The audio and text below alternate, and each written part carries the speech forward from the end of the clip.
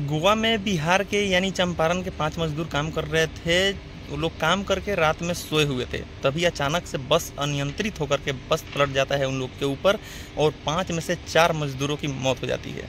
एक मजदूर की अभी हालत गंभीर है, सीरियस है, उनको अस्पताल में भर्ती कराया गया है। फिलहाल उनको लाने के लिए क्या कुछ भी व्यवस्था चल रहा है, क्या कुछ प्रोसेस चल रहा है, सब कुछ पे बात करने के लिए हमारे साथ जुड़ चुके हैं निकेत भैया। बहुत बहुत स्वागत है निकेत भैया आपका।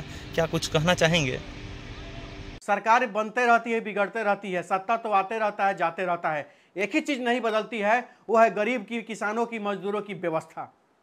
तो सीधी सी बात मैं बताना चाहता हूं, गोवा गए थे ये बिहारी मजदूर।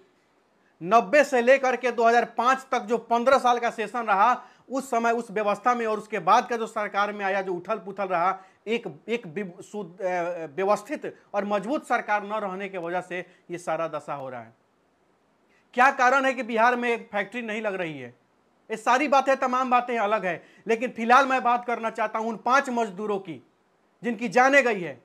विनोद सिंह हैं, राजेंद्र महतो हैं, 4-4, 5-5 बच्चे हैं इन लोगों का। अब इनका क्या होगा? कौन सरकार सुनेगा? कौन व्यवस्था सुनेगा? कौन नेताजी जाएंगे इसके पास?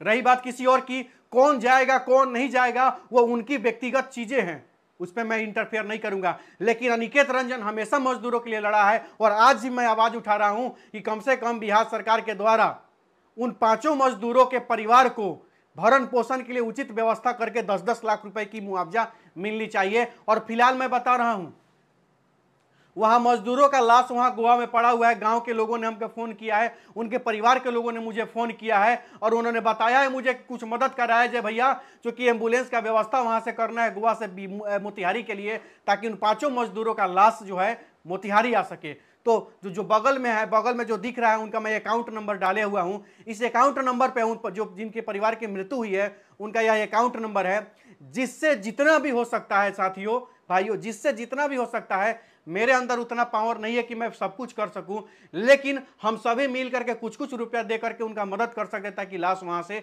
यहां आ सके। और भी कुछ लोग हैं, मैं उनसे भी मैं बात कर रहा हूं ताकि कोई एम्बुलेंस की व्यवस्था हो, ताकि वहां से मजदूरों के जो शव है वहां से हम लोग बिहार मंगा सके। और निश्चित रूप से मैं आपको एक बात कहना चाहता हूं और तमाम नेताओं से भी मैं अपील करना चाहता हूं कि आप लोग आगे बढ़िए, चाहे पक्ष के हो चाहे विपक्ष के हो, यह मतलब नहीं रखता है। आगे बढ़िए, मजदूरों के परिवार का मदद करिए, क्योंकि यह वही समय है इंसानियत दिखाने का। इसमें दिखेगा कि कौन नेता के अंदर इंसानियत है, क्योंकि वोट तो बीत गया है।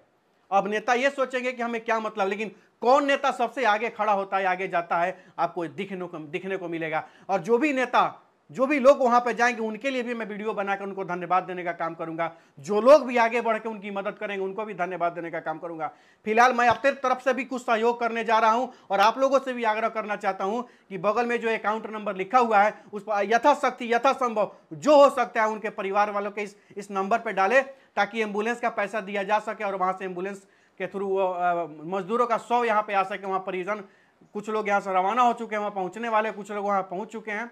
तो आप तमाम लोगों से हाथ जोड़कर निवेदन है, इस वीडियो को अधिक से अधिक शेयर करके सब तक पहुंचाए। या तो कुछ मदद करे और नहीं तो मदद के नाम पर इस वीडियो को शेयर करके किसी न किसी तक जरूर पहुंचाए, ताकि जो गोवा में 5 बिहारी मजदूर जो चंपारण के रहने वाले थे, उन 5 बिहारी मजदूरों का मदद हो सके। इस वीडियो को अधिक से अधिक शेयर कर सब तक पहुंचाए, नहीं तो कुछ ना कुछ मदद डाले। अगर मदद डाल सकते हैं तो डालिए, नहीं डाल सकते हैं इस वीडियो को अधिक से अधिक शेयर करके अपने दोस्तों तक, भाइयों तक, साथियों तक जरूर पहुंचाए। निश्चित रूप से उस परिवार का मदद हो सकता है, उनका शव उनके परिजनों तक पहुंच सकता है। इतना ही कहना चाहता हूं, अंत में इतना ही कहूंगा, इस वीडियो को अधिक से अधिक शेयर कर सब तक पहुंचाइए, अपना मदद करिए।